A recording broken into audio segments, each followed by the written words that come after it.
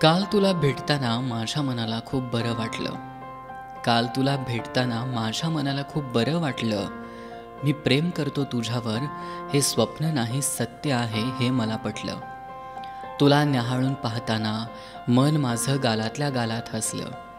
तुला न्याहाळून पाहताना मन माझं गालातल्या गालात हसलं. तुला लाजताना पाहून मलाही लाजावंसं वाटलं.